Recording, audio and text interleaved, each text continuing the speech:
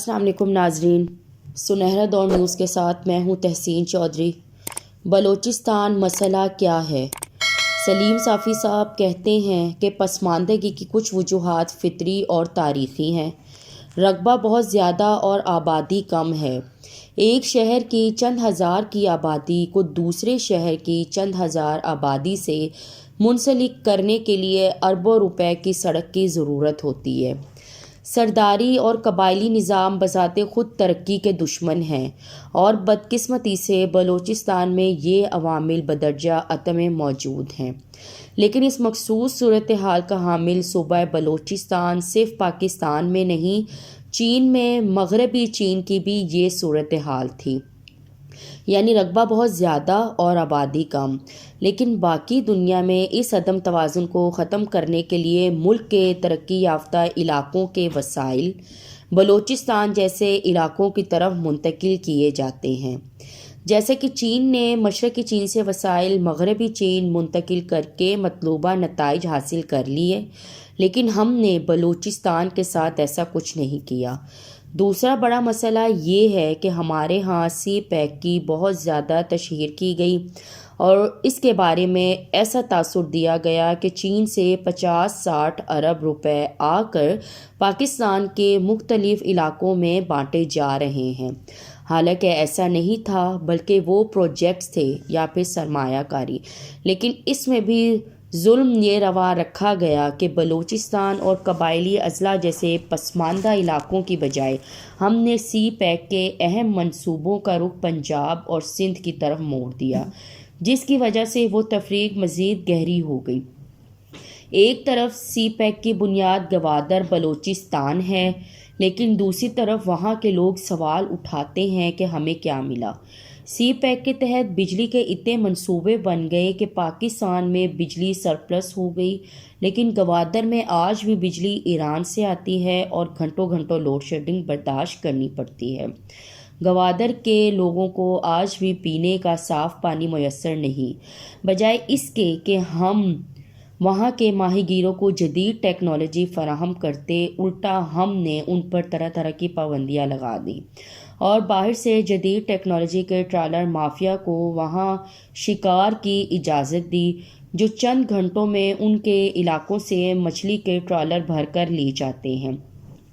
बलूचिस्तान का मसला सियासी है और इसका जब भी हल निकलेगा वो सियासी तरीके से ही निकलेगा, लेकिन हम इसे शायद सिर्फ ताकत के ज़ोर से हल करना चाहते हैं। इस वक्त बलूचिस्तान में जो सियासी बिसात है, उससे अमलन बलूचिस्तान के असल सियासी स्टेक होल्डर्स को बाहर कर दिया गया है। हम उनसे इत्तफाक करें या इख्तलाफ, लेकिन बलूचिस्तान के हकीकी लीडर्स सरदार अख्तर मैंगल, डॉक्टर अब्दुल मालिक, महमूद ख़ान अचकज़ई, मौलाना फजलुर रहमान के JUI रईसानी बरदरान, यार मोहम्मद रिंद और इसी तरह के लोग हैं। हमने उन सबको बाहर करके वहाँ एक मनसूई असम्बली और मसनूई हुकूमत कायम कर दी है। मरकज़ में भी जो लोग बलूचिस्तान के नुमाइंदों के नाम पर बैठे हैं, उनमें बहुत कम हकीकी मायनों में बलूचिस्तान के नुमाइंदे हैं। अब तो एक नया ख़तरनाक रुझान ये सामने आया है कि माजी में अलहदगी पसंदों के मुकाबले में जिन लोगों ने सियासत का साथ दिया, रियासत ने उन्हें हालांकि रहमो करम पर छोड़ दिया और उल्टा उन लोगों को नवाजा जा रहा है जो माजी में दूसरी तरफ खड़े थे। रियासत आज तक कोई फ़ैसला नहीं कर सकी कि उसने ताकत इस्तेमाल करनी है या फिर सियासत और मफाहिमत का रास्ता इख्तियार करना है। फिर अगर सियासी हल निकालना है तो वो किस तरीके से निकालना है और किस तरह के लोगों के ज़रिए बातचीत करनी है। ज़ाहिर है सियासी हल निकालना हुआ तो फिर इन्हीं लोगों के ज़रिए बात करनी होगी जिनकी सियासत हैसियत मुसलमा हो। अब इमरान खान ने ये काम शाहज़ेन बुगटी को वज़ीर बनाकर सौंप दिया, लेकिन वो कभी ये काम नहीं कर सकते। ये बैना ऐसा है कि आप TTP के सरबराह मुफ्ती नौरोली के कज़न को ना सिर्फ उनके साथ टास्क दें, बल्कि इस मकसद के लिए उन्हें वज़ीर भी बना दें। दूसरी तरफ हालत ये हो कि ख़ुद मुफ्ती नूर वली کہ اس کزن کے ساتھ تعلق بھی خراب ہوں تو وہ کیسے مذاکرات کروا سکے گا؟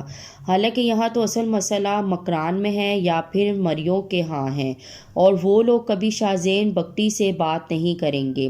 ایک اور حقیقت جو ہم نظر انداز کر دیتے ہیں یہ ہے کہ آج سے چند سال قبل بلوچستان میں صرف پاکستان کے دشمن یعنی انڈیا وغیرہ سرگرم عمل تھے، لیکن اب سی پیک کی وجہ سے چین کی دشمن بڑی طاقتیں بھی بلوچستان میں سرگرم عمل ہیں۔ جب تک امریکی افواج افغانستان میں تھیں اور اس کا سپلائی روٹ بلوچستان تھا تو بلوچستان میں زیادہ انتشار مغربی طاقتوں کو قابل قبول نہیں تھا۔ افغانستان سے نکلنے کے بعد مغربی طاقتوں کی وہ محتاجی ختم ہو گئی ہے اور اب وہ پوری طاقت کے ساتھ بلوچستان میں انتشار پھیلانا چاہیں گے۔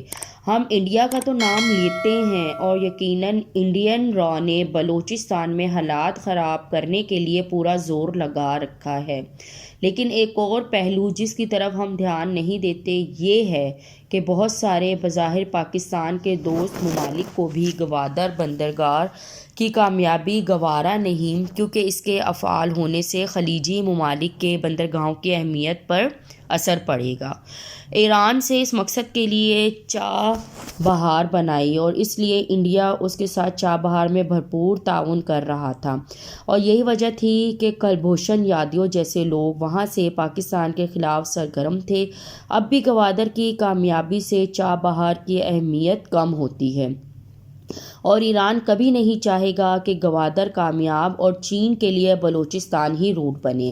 اس لیے طالبان کی حکومت کے خاتمے کے لیے افغانستان سے نکلنے والے بہت سارے بلوچ عسکریت پسند ایران منتقل ہو گئے ہیں، لیکن ہمارا مسئلہ یہ ہے کہ انڈیا اور افغانستان کی طرح ہم ایران کا نام نہیں لیتے، بلکہ یہاں پر ایران کا ان حوالوں سے ذکر شجر ممنوعہ قرار دیا گیا ہے۔ حالانکہ اب وقت آ گیا ہے کہ بلوچستان کے مسئلے کو پوری سنجیدگی اور قوت کے ساتھ ایرانی قیادت کے سامنے اٹھایا جائے۔ مطلب ہرگز یہ نہیں کہ ان سے تعلقات خراب کر کے جنگی فضا بنائی جائے، لیکن ان کے سامنے جرأت کے ساتھ حقائق کی بنیاد پر بات کرنی چاہیے۔